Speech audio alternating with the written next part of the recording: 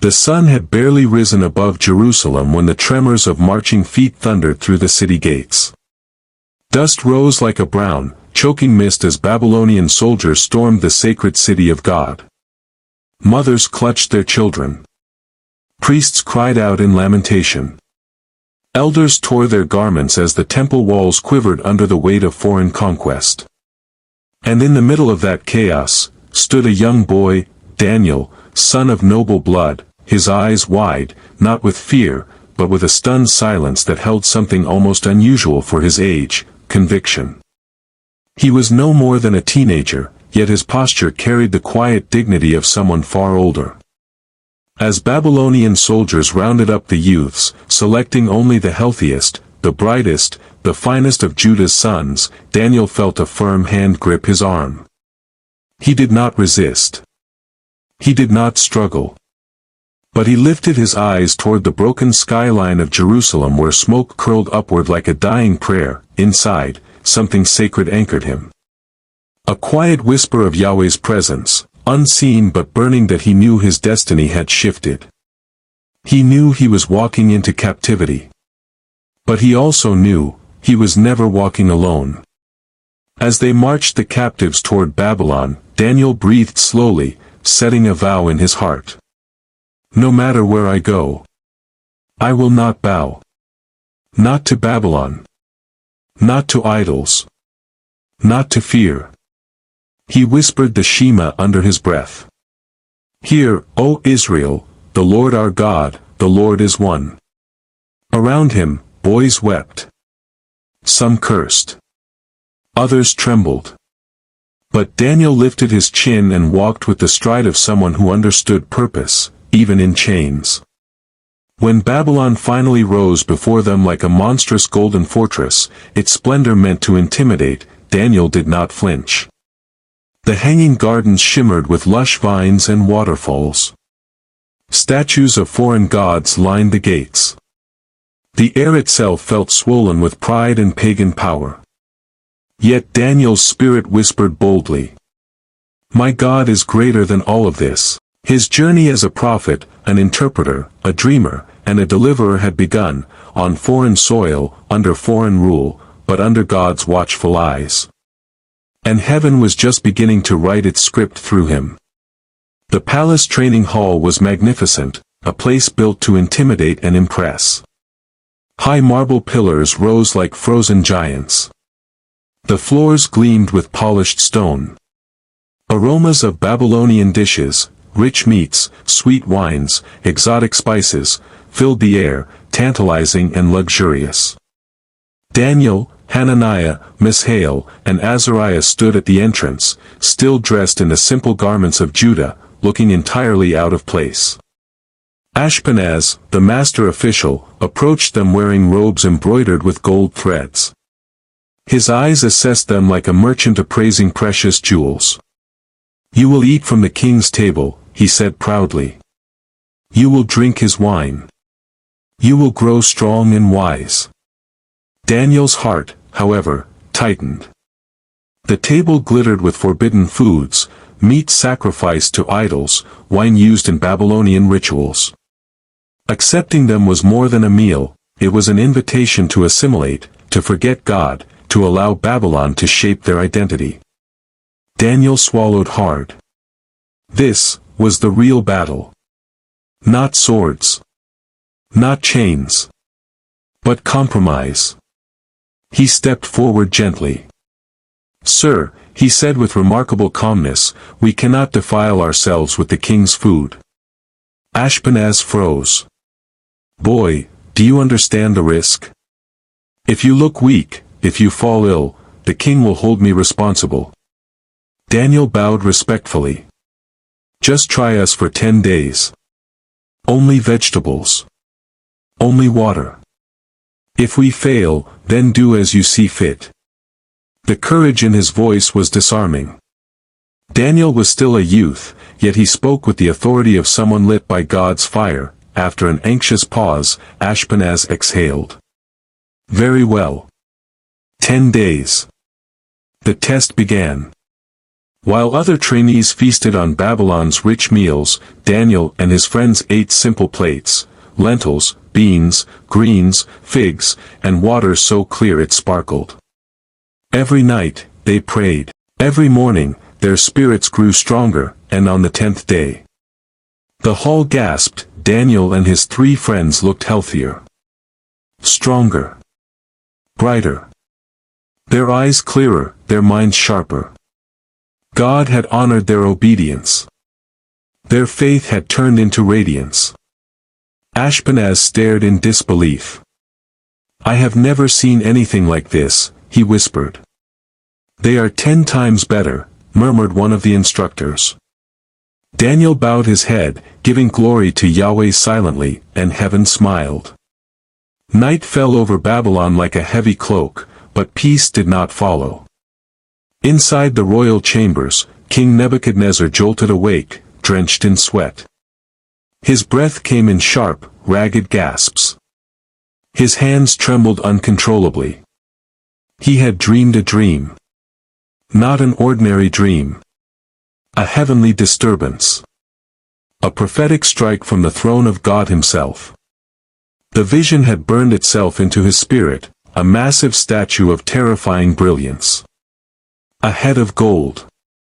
A chest of silver. A belly of bronze. Legs of iron. Feet mixed with clay. Then a stone, cut without human hands, smashing the statue to dust, the wind sweeping it away until nothing remained. Nebuchadnezzar felt his heart pounding violently. He shouted for astrologers, magicians, and sorcerers to assemble. They came rushing in, rubbing their eyes, half asleep yet trembling at the urgency. "Tell me my dream," Nebuchadnezzar roared. "Then tell me the interpretation." The magicians froze. "Your Majesty, describe the dream and we will interpret it." "No," the king thundered. "If you cannot tell me the dream itself, then you are frauds." Panic spread like wildfire among them. They pleaded. They bowed. They trembled. But Nebuchadnezzar's fury only escalated. "Kill them all," he commanded. "Every wise man in Babylon." The order shot through the palace like lightning. Daniel heard the news as the commander Arioch stormed into the training quarters. The ground beneath the young prophet seemed to shift, but his spirit did not. "Why is the king so urgent?" Daniel asked calmly. Arioch explained the decree. Daniel closed his eyes for a brief moment. Not in fear. In communion. Then he spoke with quiet, divine certainty. "Take me to the king. God will reveal what he has seen." That night, Daniel and his 3 friends knelt on the stone floor. Their prayers rose like incense. Their tears mingled with hope. Their whispers filled the chambers. "God of heaven, reveal the secret." And heaven opened. A vision flashed before Daniel's eyes, brilliant, overwhelming, glorious. He saw the statue. The stone. The kingdoms. The fall. The rise of God's eternal kingdom. When he opened his eyes, breath shaking, he whispered, "Blessed be the name of God forever and ever, for wisdom and might are his." The stage for his divine assignment was set. The palace courtroom shimmered with gold that morning, yet the atmosphere remained razor-sharp with fear. Wise men huddled in small clusters, whispering, trembling, knowing death hovered like a sword above their necks. The air was thick with incense and dread.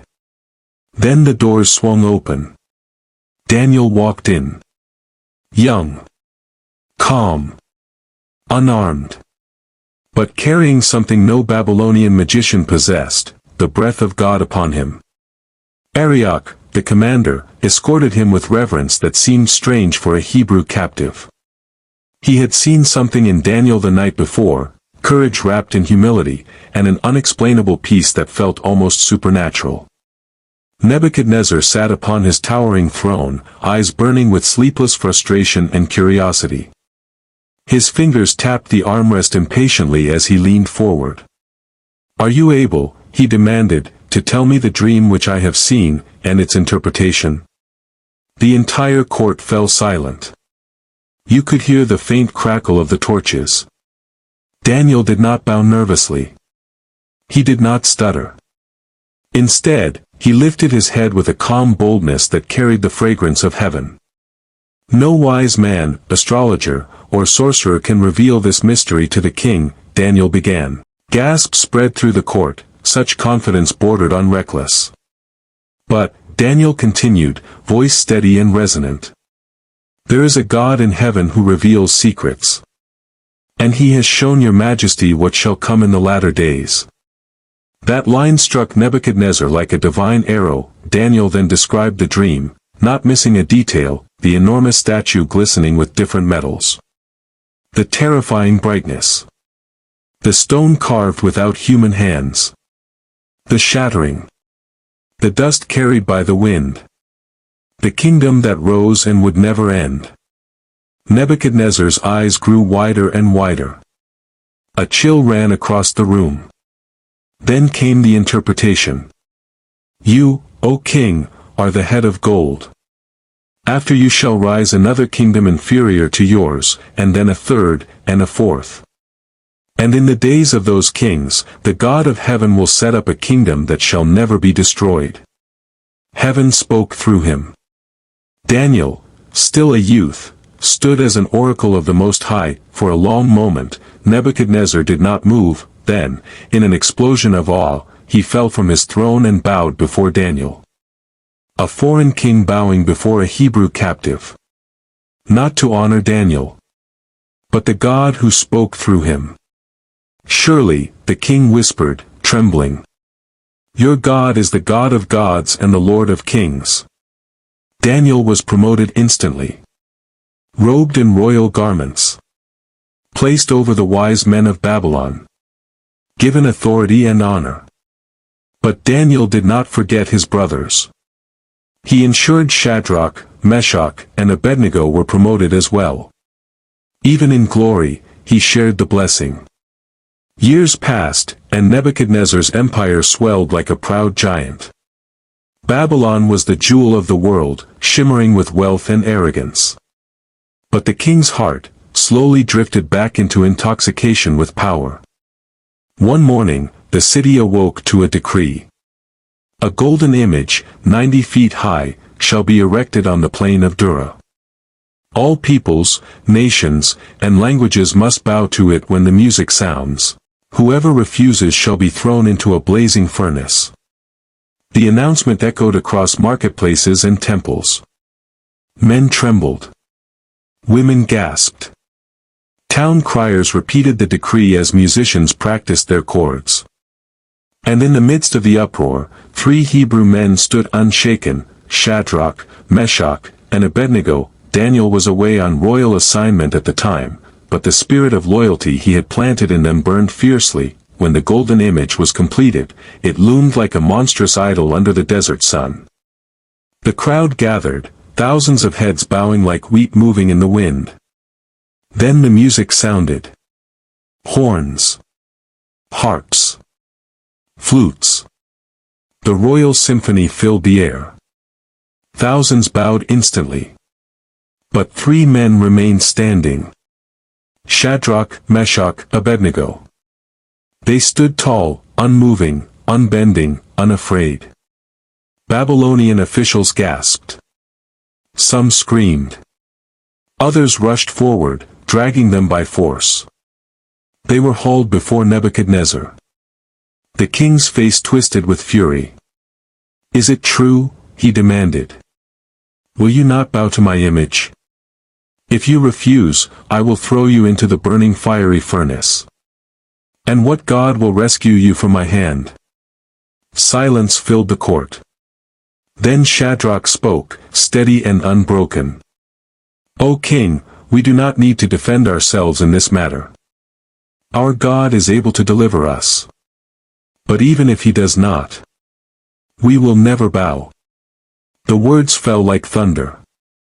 Nebuchadnezzar exploded in rage, veins bulging, eyes wild. He ordered the furnace heated 7 times hotter than usual. The heat was so intense that even the men preparing it struggled to stand near it. But the 3 Hebrews did not tremble. Daniel's teachings, their faith, God's presence, all held them firm. They were bound in ropes and dragged toward the flames. Babylon was about to witness a miracle it didn't ask for but desperately needed. The furnace roared like a beast awakened. Flames shot upward, licking the sky. The heat distorted the air, turning the world into a trembling mirage. The soldiers who carried the bound Hebrews forward took only a few steps before collapsing. The heat killed them instantly. Their bodies fell, but Shadrach, Meshach, and Abednego were thrown into the inferno. The crowd gasped. Babylon trembled. Nebuchadnezzar stepped forward to watch them burn. But as he peered into the furnace, his expression twisted, first in confusion, then terror, then awe. "Wait," he whispered. Then louder. "Did we not cast 3 men bound into the fire?" "Yes, O king," the officials stammered. Nebuchadnezzar's eyes widened. "But I see 4 men, loose, walking in the midst of the fire. And the 4th looks like a son of the gods." Panic erupted. People screamed. Some fell to their knees. Inside the flames, the 3 Hebrews walked calmly, their robes untouched, their hair unsinged. And beside them, a radiant figure. Glorious. Majestic. Heavenly. The light around him outshone the flames themselves. He turned the inferno into a sanctuary. A furnace into a throne room. Fire into fellowship. Nebuchadnezzar staggered backward. He approached the opening and shouted, "Shadrach, Meshach, Abednego, servants of the Most High God, come out." They stepped out of the furnace, completely untouched. Not even the smell of smoke was on them. Babylon fell silent, stunned beyond understanding. Nebuchadnezzar lifted his hands and proclaimed, "Blessed be the God of Shadrach, Meshach, and Abednego. For no other God can save in this way." The decree of death became a decree of worship. And the story of God's power ignited across the empire. Nebuchadnezzar had witnessed fire obey God. He had bowed before Daniel. He had proclaimed the greatness of the Hebrews' God. But pride has a way of creeping back in like poison. His kingdom grew larger. His wealth multiplied. Babylon became the marvel of the ancient world, gardens floating in mid-air, palaces trimmed with gold, walls so wide that chariots could race atop them. And one night, as Nebuchadnezzar walked on the rooftop of his palace, gazing at the glittering empire beneath him, pride swelled inside him like a storm. "Is not this great Babylon," he murmured, "that I have built by my mighty power and for my majesty?" He did not finish the sentence. A voice thundered from heaven like rolling judgment. "O King Nebuchadnezzar, the kingdom has departed from you. You shall live with the beasts of the field. You shall eat grass like oxen. Until you acknowledge that the Most High rules over the kingdoms of men." The king's body shuddered violently. His face contorted. His posture collapsed. Guards rushed to him, but something in his eyes was gone. Something human had left. He fell to all fours. His back arched unnaturally. His nails curled like claws. His hair grew wild and tangled. He crawled, yes, crawled, into the wilderness. The greatest king on earth became a wandering animal. A beast of judgment. The palace hid the truth. Whispers spread through Babylon. Scribes created false stories to protect the empire's image. But Daniel knew the truth. And every night, he prayed for the king who once bowed before him. For 7 long years, Nebuchadnezzar ate grass. His skin grew rough. The dew soaked his body by night. Birds perched near him. Children pointed when they saw him from afar. He became a warning written by heaven. Then one morning, as the sun painted gold across the plains, Nebuchadnezzar lifted his eyes toward heaven. No word was spoken. No ritual performed. Just one gesture. And heaven accepted it. His sanity returned like a rushing wind. His eyes regained clarity. His dignity returned. He rose to his feet, once again a man, once again a king. When he returned to the palace, his officials gasped and fell to their knees. The king lifted his hands toward heaven and proclaimed, "Now I, Nebuchadnezzar, praise and honor the King of heaven, whose dominion is everlasting, whose ways are justice, and who is able to humble those who walk in pride." A pagan king became a worshipper. A beast became a testimony. A kingdom saw the glory of the true God. Years passed. Nebuchadnezzar died, and kingdoms shifted. Babylon changed hands until a new ruler emerged, Belshazzar, a king drunk on arrogance and pleasure. One night, he organized a feast, an event so extravagant that the palace nearly shook under the weight of dancing, drinking, and sinful celebration. Noblemen laughed. Women swayed. Musicians pounded on drums. Gold dripped from every corner of the hall. Then, in an act that crossed the line of divine tolerance, Belshazzar commanded, "Bring the holy vessels taken from the temple in Jerusalem." Servants froze. Guests whispered. But the king insisted. The sacred vessels, once used by priests in Yahweh's temple, were dragged into the drunken hall, filled with wine, and used like common cups. Belshazzar lifted one cup high, his eyes shining with intoxicated pride. "Praise the gods of gold and silver," he shouted. The crowd erupted in wicked laughter. And then, the laughter died. A cold wind swept through the hall though no windows were open. Candles flickered violently. A strange silence fell, heavy and suffocating. On the far wall, above the king's table, a hand emerged out of thin air. Not a body. Not an apparition. Just a hand, glowing, supernatural, terrifying. The fingers stretched out and began writing on the plaster wall. Every stroke of fire-carved letters echoed in the hall. Mean. Mean. Tekel. Upharsin. Belshazzar's face drained of color. His knees knocked together. He stumbled backward, trembling violently. Someone," he screamed. "Tell me what this means." The magicians rushed in but recoiled the moment they saw the writing. No one dared approach it. Then the Queen Mother entered, her voice steady. "There is a man in your kingdom, who has the spirit of the holy God. In the days of Nebuchadnezzar, he was found to have wisdom. His name is Daniel." Belshazzar ordered Daniel to be brought. Daniel walked into the hall of drunken chaos with the dignity of a prophet. Belshazzar tried to appear confident, but his voice shook. "If you interpret this, I will clothe you in purple, make you third ruler in the kingdom." Daniel's face remained unmoved. "Keep your gifts," he said quietly. "But I will read the writing."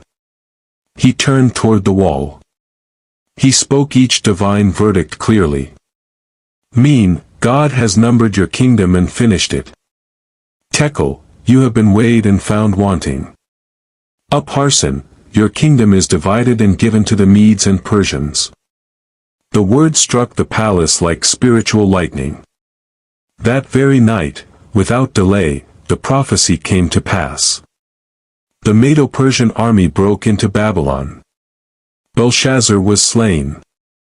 The kingdom fell. And Daniel lived. because the protection of heaven surrounded him like armor. After Babylon fell, a new ruler took over, Darius the Mede, a king more stable, more balanced, and surprisingly respectful of Daniel. In fact, Darius admired Daniel deeply. He promoted him above all other governors and administrators. Daniel became the most trusted advisor in the empire, a man whose integrity shone like the sun in a corrupt system. But success breeds enemies. Other officials despised him. They envied his wisdom. They hated his influence. And above all, they were enraged that a foreigner held the king's heart. They conspired together, whispering in corners, creating web-like plots in dark hallways. But they could find no corruption in Daniel. No bribery. No scandal. No immoral trail. Finally, one of them hissed. "We will never find anything against this Daniel unless it is connected to the law of his God." Their eyes shone with wicked intent. They knew Daniel prayed 3 times a day, openly toward Jerusalem. They knew he would never bend. They knew his devotion was incorruptible. So they crafted a trap. They approached King Darius with flattery dripping from their tongues. "O king, live forever. Issue a decree that, for 30 days, no one may pray to any god or man except you. Anyone who disobeys shall be thrown into the lion's den." Darius, unaware of the plot against Daniel, signed the decree. The moment the seal touched the parchment, the trap snapped shut. Daniel heard the new law. His heart didn't tremble. He didn't pace. He didn't hide. He went home. Opened his windows toward Jerusalem. Knelt down. And prayed. Even louder. Even clearer.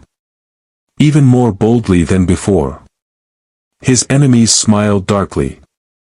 They rushed into the palace shouting, "Daniel has broken the law." Darius' face fell.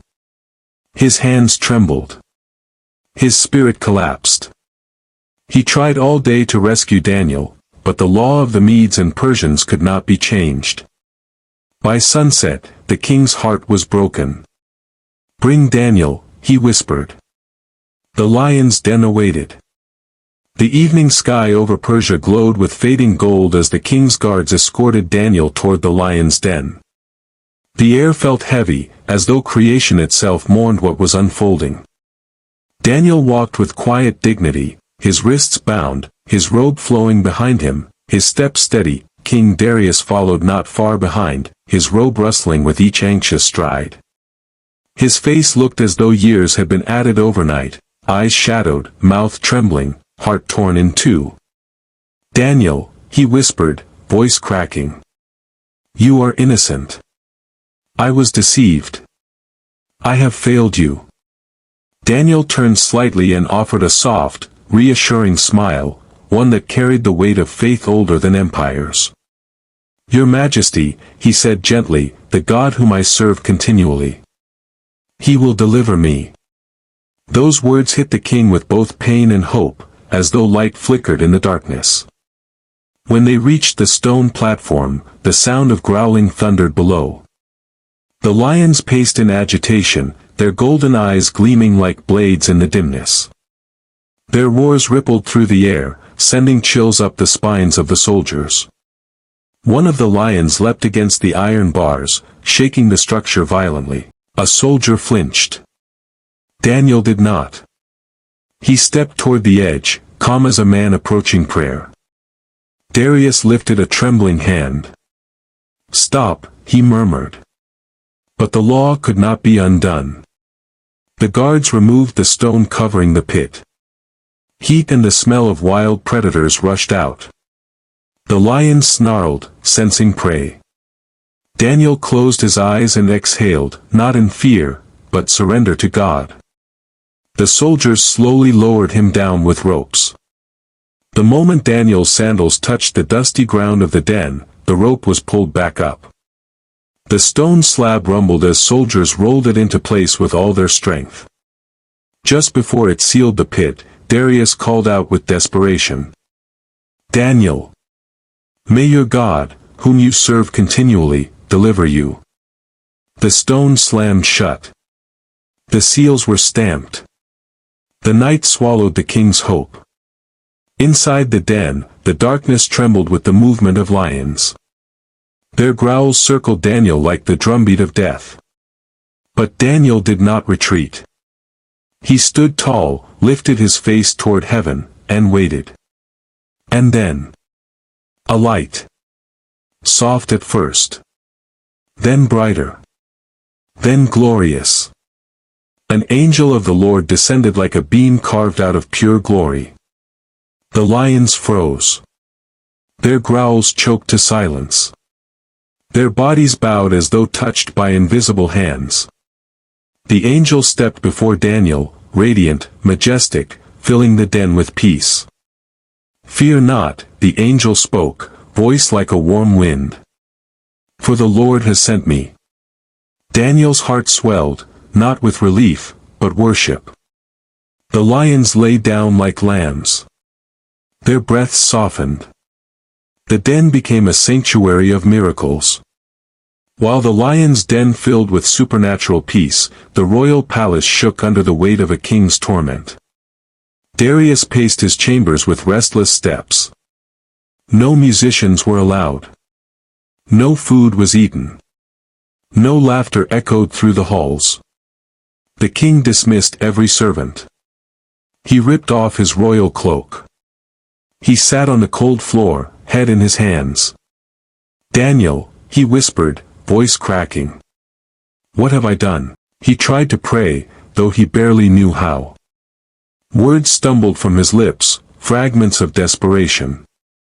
He would rise, pace, sit, rise again, clutching his robe until his knuckles whitened. Hours dragged. The moon moved across the sky, casting pale light through the lattice windows. Every time Darius closed his eyes, the image of Daniel in the den tortured him. Could lions tear him apart? Was he alone? Had his God abandoned him? Had the angel arrived too late? The king groaned and leaned against a pillar, breathing heavily. "God of Daniel, if you exist, if you truly have power, save him. Please." The whispered prayer dissolved into the air like incense. Outside, the guards remained alert, waiting for dawn.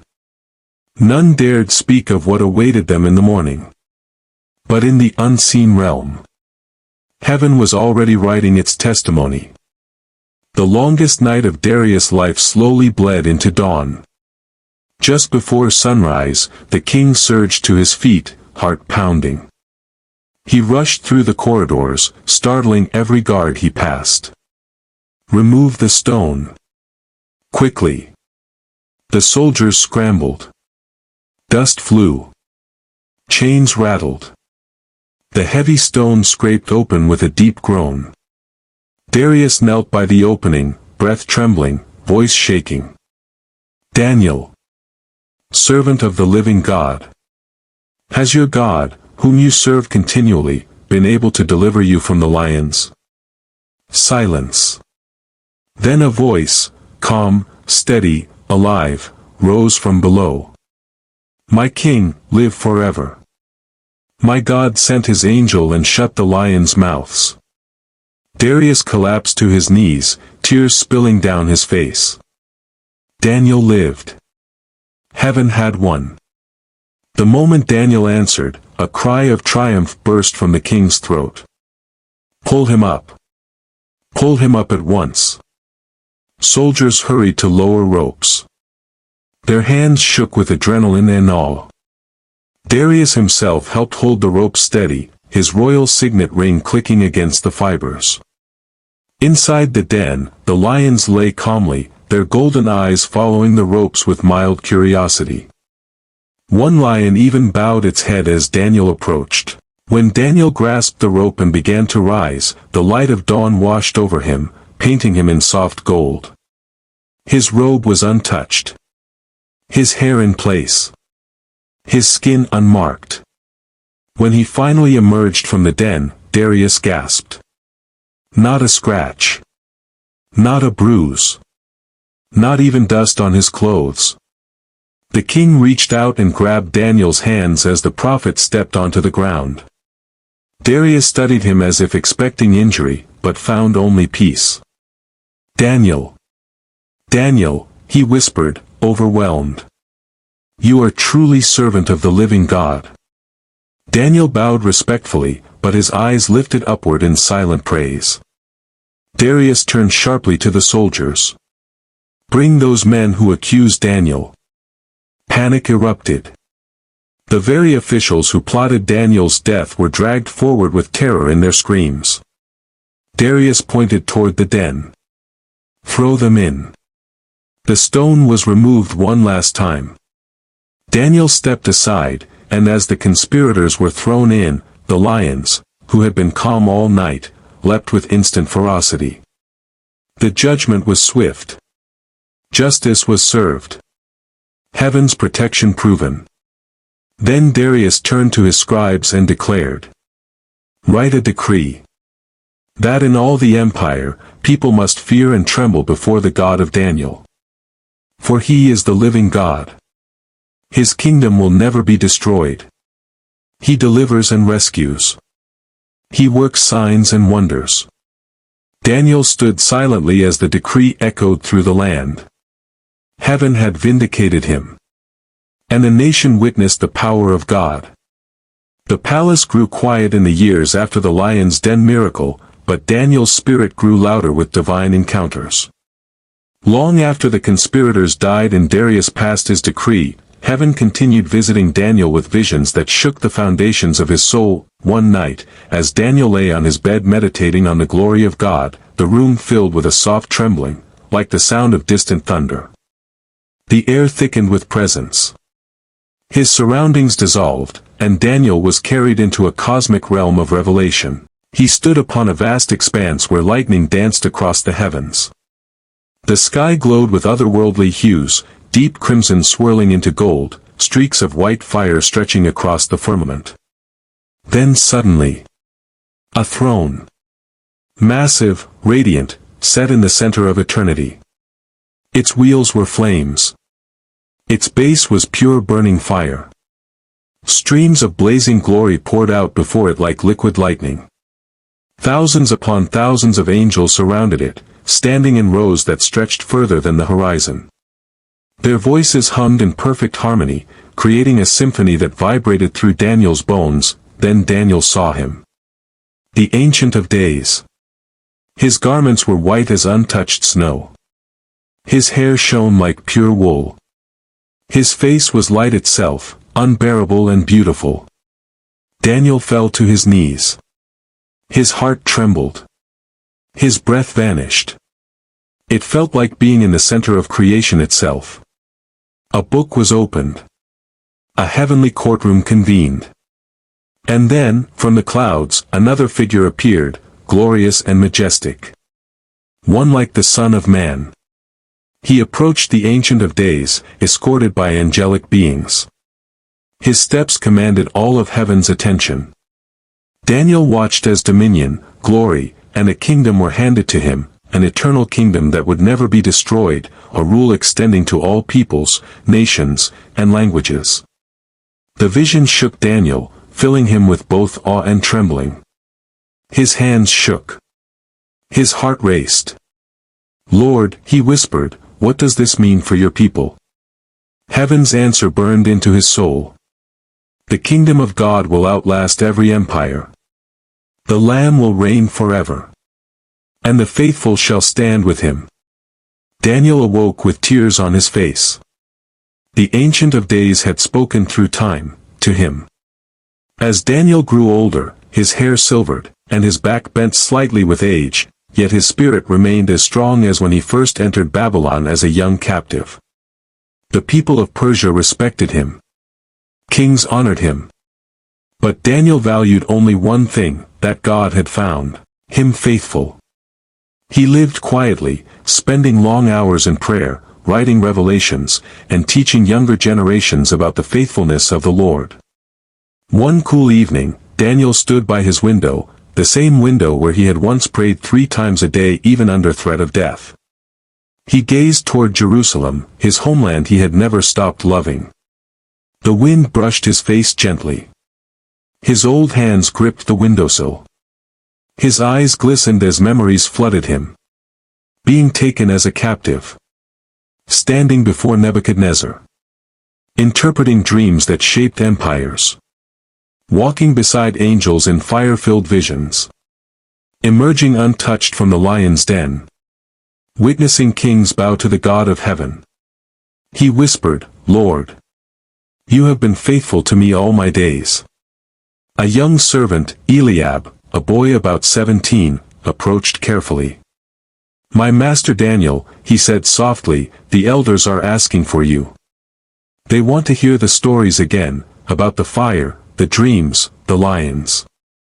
Daniel chuckled gently. "And you, Eliab, do you want to hear it again?" The boy nodded with excitement. Daniel placed a hand on his shoulder. "Then come. Let us tell it, so that your generation will know the God who delivers." They walked slowly down the hallway, Daniel leaning slightly on his staff. When he reached the gathering room, young men and women sat eagerly waiting. Candles flickered, casting warm light of expectation. Daniel stood before them, breath steady. And he began to speak. "There is a God in heaven who reveals mysteries. Who rescues the faithful. And whose kingdom cannot be shaken." His voice carried centuries of wisdom. The youths listened with wide eyes and open hearts. Some wept quietly. Others felt fire burn in their spirits. Daniel's final years were not spent in loneliness or regret, but in pouring his legacy into the next generation, so they too would walk in steadfast faith. And heaven took note. In Daniel's final days, his body weakened, but his spirit glowed brighter than ever. One night, as he lay upon his bed, a gentle light filled the room, not bright like the fiery throne, but soft, peaceful, like moonlight woven with glory. He felt weight lift from his chest. His breathing eased. His heart quieted. He knew the moment had come. And suddenly, the same angel who had shut the lions' mouths appeared beside him, robed in serene brilliance. "Daniel, beloved of God," the angel said with a tender smile, "your days on earth are fulfilled." Daniel exhaled, tears slipping down his cheeks, not of fear, but gratitude. "What remains for me?" he whispered. The angel extended a radiant hand. "Rest. And you shall stand in your allotted place at the end of days." A peace unlike anything Daniel had ever felt flooded him, warm, holy, absolute. His room dissolved into heavenly light. He saw the Son of Man again, standing with open arms. He saw the saints. He saw the throne. He saw eternity. Closing his eyes, Daniel breathed his final earthly breath. And heaven received him. The next morning, Eliab found him lying peacefully, face gentle, hands folded, looking as though he had simply fallen asleep in God's arms. The news spread across the kingdom. People wept. Kings sent tributes. Young and old gathered to honor the prophet who had defied lions, interpreted dreams, and walked with angels. But Daniel's true legacy lived not in palaces or scrolls, but in the eternal kingdom of his God. He had run the race. He had kept the faith. He had finished well. Beloved, Daniel's story is not just history, it is prophecy. A reminder that the God who shut the mouths of lions still shuts the mouths of every enemy sent to devour you. The God who defended Daniel in the night will defend you in your darkest hour. So as you step into this new season, walk with boldness. Walk with faith. Walk with the confidence that heaven fights for you. If this story blessed you, like this video, leave a comment of faith, and share it with someone who needs encouragement today. And if you're new here, subscribe and join this family of faith, where the word comes alive in power, in depth, and in glory. Until the next story. Remain inspired. Remain lifted. And remain anchored in a God who delivers.